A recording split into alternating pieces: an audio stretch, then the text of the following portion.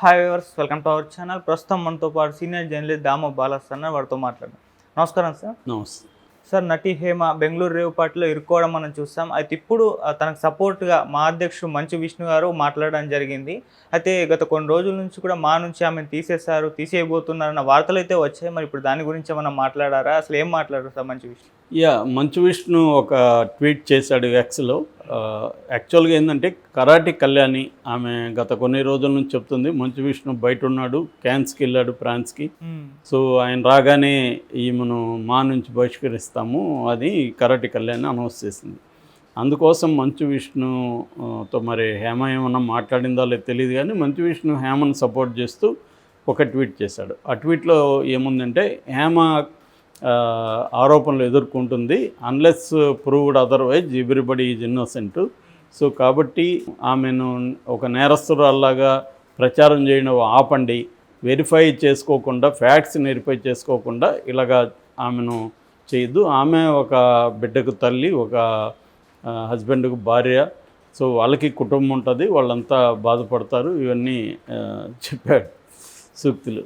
So దాని కింద కామెంట్లు చూస్తే చాలా ఫన్నీగా ఉన్నాయి. నువ్వు ఎందుకు నాయన సూక్తులు చెప్తున్నావు, నువ్వు అసలు ఎలక్షన్లు ఆపేసి ఉత్తర కొరియా కిమ్ జోన్ లాగా స్థిరపడిపోయావు మాలో, నువ్వెలా సూక్తులు చెప్తావు మాకని కింద ఇట్లాంటి కామెంట్లు. అంటే యాక్చువల్గా మాకు 2 ఏళ్ళకి ఒకసారి ఎన్నికలు జరగాలి, ఈసారి ఇతను ఆ బిల్డింగ్ కట్టేవరకు ఇతనే ప్రెసిడెంట్ అని చెప్పేశారు. అతనికి అది ఎప్పుడు కడతాడు, ఎప్పుడు బిల్డింగ్ కట్టడానికి తను ప్రెసిడెంట్గా ఉండడానికి సంబంధం ఏంటి? సో ప్రెసిడెంట్ లేకుండా కూడా చేయొచ్చు కదా కావాలనుకుంటే తను. సో ఇదేంటంటే దాంట్లో ఎన్నికలు లేకుండా చూసుకోవడానికి ఈ టెక్నిక్ పాటించాడు అనేది జనాల అభిప్రాయం. మరి అలాంటి వ్యక్తి మాకెందుకు నీతులు చెప్తా ఉంటున్నాడు. కానీ అక్కడ ఇంకొక కాంట్రవర్షియల్ స్టేట్మెంట్ కూడా దాంట్లో ఉంది విష్ణు దాంట్లో. అదేంటంటే పోలీసులు కానీ కాంక్రీట్ ఎవిడెన్స్ చూపిస్తే అప్పుడు మేము ఏమని బహిష్కరిస్తామని. ఇది కూడా భయంకరమైన రాంగ్ స్టేట్మెంట్. ఎందుకంటే ఆయన ఇచ్చిన దాంట్లోనే కాంట్రాడిక్టర్ ఉంది. ఆమె దోషాన్ని ప్రూవ్ అయితేనే మనం మాట్లాడాలి, అదర్వైజ్ మాట్లాడకూడదు అన్నాడు. మరి పోలీసులు ఎలా ప్రూవ్ చేస్తారు? ప్రూవ్ చేయాల్సింది కోర్టా పోలీసులా? పోలీసులు ఇప్పుడు నా మీద ఏదో పెడతారు, పోలీసులు ఇన్ఫర్మేషన్ ఉందని నీకు చెప్తారు, నువ్వు నమ్మేస్తే నన్ను దోషాన్ని డిక్లేర్ చేసేస్తావా? పోలీసులు అనేవాళ్ళు ఏం చేస్తారంటే ఆరోపిస్తారు ఇది జరిగిందని, అక్యూజ్డ్ అని అందుకనే అంటారు, వాళ్ళని కన్విక్ట్ అనరు, అక్యూజ్డ్ అంటారు. అంటే ముద్దాయి మాత్రమే, నేరస్తులు కాదు. సో అది తేలాల్సింది కోర్టులో తేలాలి. ఇది మన క్రిమినల్ జస్టిస్ సిస్టమ్ చెప్పేది. సో అలాంటప్పుడు విష్ణు మరి అదంతా తనకు తెలుసా తెలియదా, అతిథి దీనికి వెళ్తున్నాడా? ఇప్పుడు రేపొద్దున విష్ణు మీదనే ఇదే ఆరోపణలు వచ్చాయనుకో ఫర్ ఎగ్జాంపుల్, అప్పుడు విష్ణు దోషి అంటే అతను ఒప్పుకుంటాడా? ఒప్పుకోడు కదా, కోర్టులో తేలాలంటాడు కదా. మరి హేమ విషయంలో మరి ఎలా అన్నాడు? సో మళ్ళీ ఒకసారి హేమను కానీ బహిష్కరిస్తే మళ్ళీ ఒకసారి తప్పు చేసినట్టు అవుతుంది. మళ్ళీ ఒకసారి అని ఎందుకు అంటున్నానంటే ఆల్రెడీ మనకి శ్రీరెడ్డి విషయంలో ఇలాగే తప్పు చేసిన తర్వాత లెంపకాయలు వేసుకున్నారు. సో ఒక వ్యక్తి మీద డ్రగ్స్ తీసుకున్నారన్న ఆరోపణలు వచ్చినంత మాత్రం నువ్వు ఎలా తీసేస్తావు? ఇక్కడ దీంట్లో అనేక మంది మీద గతంలో కూడా రాలేదా? ఇదే మాలో ఉన్న స్టార్ల మీద అంతా రాలేదా? వాళ్ళందరిని తీసేశారా? ఇప్పుడు పూరి జగన్నాథ్ మీద వచ్చింది, Puri Jagannadh direction department expel చేసిందా? అట్లాగే చార్మి, తర్వాత రవితేజ, ఇలాంటి వాళ్ళ మీద చాలామంది మీద వచ్చింది, వాళ్ళంతా చేసిందా? చేయలేదు కదా. ఆరోపణలు వస్తాయి. మరి హేమ మీద ఎందుకు ఆరోపణలు వస్తే చేస్తారు?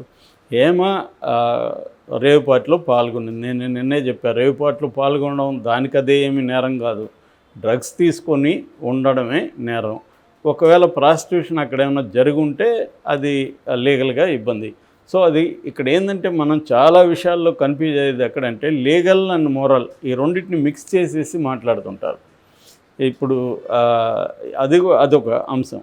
రెండో అంశం, సినిమా వాళ్ళు చేస్తే మాత్రమే అది పెద్ద నేరంగా, మిగతా వాళ్ళు ఇప్పుడు ఒక జర్నలిస్టు ఫర్ ఎగ్జాంపుల్ దాంట్లో ఉంటే జర్నలిస్ట్ యూనియన్ అతను బహిష్కరిస్తుందా? ఒక లాయర్ ఉంటే లాయర్ యూనియన్ బహిష్కరిస్తారా? ఒక డాక్టర్ ఉంటే డాక్టర్ యూనియన్ బహిష్కరిస్తారా? ఎవరు ఇట్లా డ్రామాలు చేయరు. ఓన్లీ సినిమా వాళ్ళే ఎక్కువ వచ్చేసరికి ఈ డ్రామాలంతా జరుగుతుంటాయి. వీళ్ళు కూడా డిమాండ్ డాక్టర్ని బహిష్కరించాలి అని ఎవడు డిమాండ్ చేయడు, ఇంకోటి అని డిమాండ్ చేయరు.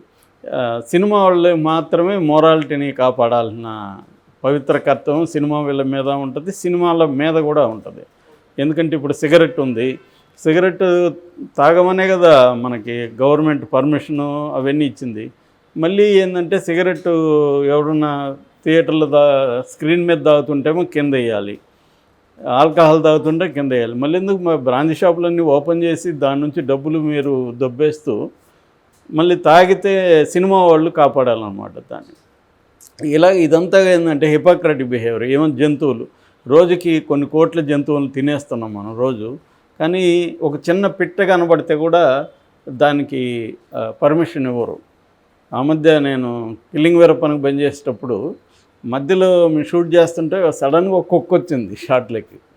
అప్పటికి నేను ఆర్జీవికి చెప్పేశారు, కుక్క వచ్చిందంటే అది ఎక్కడో ఉందిలే పర్లేదు అన్నాడు. దాన్ని ఆపేశారు సెన్సార్, అది కుక్క వచ్చింది కాబట్టి పోయి యానిమల్ బోర్డు దగ్గర నో అబ్జెక్షన్ తీసుకురామని. అలా ఉంటుందన్నమాట. అంటే మనం ఏదో ఆ కుక్కను హింసిస్తున్నట్టు ఇలా ఉంటుంది గవర్నమెంట్ వ్యవహారం.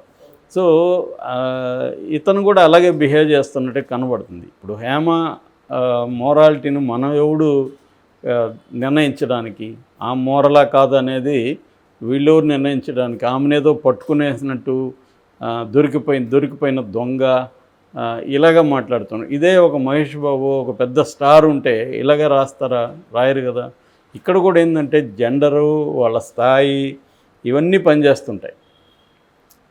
ఏ స్థాయిలో ఇప్పుడు మనం ఫర్ ఎగ్జాంపుల్ నాగబాబు కూతురు, ఆమె దొరికిపోయినప్పుడు రాసినాక వాళ్ళు ఇంటర్ఫియర్ అవ్వగానే అన్నీ బయటకు అన్నీ తీసేశారు, అన్నీ ప్రైవేట్లో మూవ్ చేసేసారు, ఇవన్నీ చేసేసారు.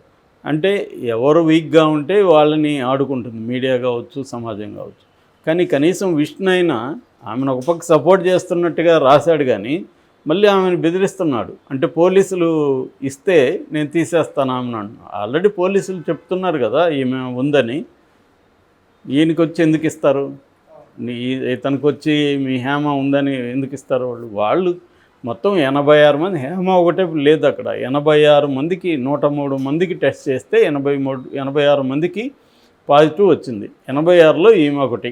ఈమె అసలు పేరు కృష్ణవేణి కాబట్టి అక్కడ కృష్ణవేణి అని పేరు చెప్పింది. ఎందుకంటే ఐడి కార్డులో కృష్ణవేణి అని ఉంటుంది కాబట్టి అది చెప్పుండొచ్చు. సో ఏదేమైనా ఇప్పుడు హేమ దోషం చెప్పాల్సింది కోర్టు తప్ప మనం కాదు. రెండోది మోరల్ యాంగిల్స్లో మనం జడ్జి చేయడానికి ఏమీ లేదు.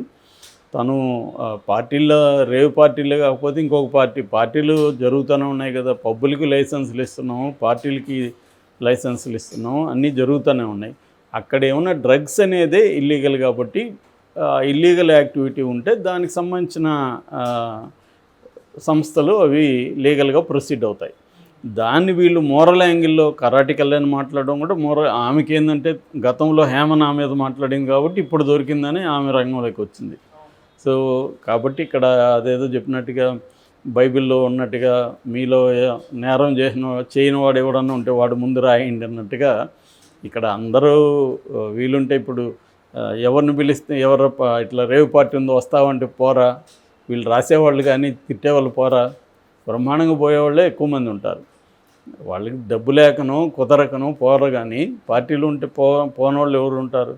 కాబట్టి ఇతను ఇచ్చిన దాంట్లో ఆ ప్రాబ్లం ఉంది. పోలీసులు ఇస్తే నేను ఆమెని ఎక్స్పెల్ చేస్తాను. రేపొద్దున ఆమె ఖచ్చితంగా విష్ణు మీద కూడా కోర్టుకు వెళ్ళే అవకాశం ఉంది.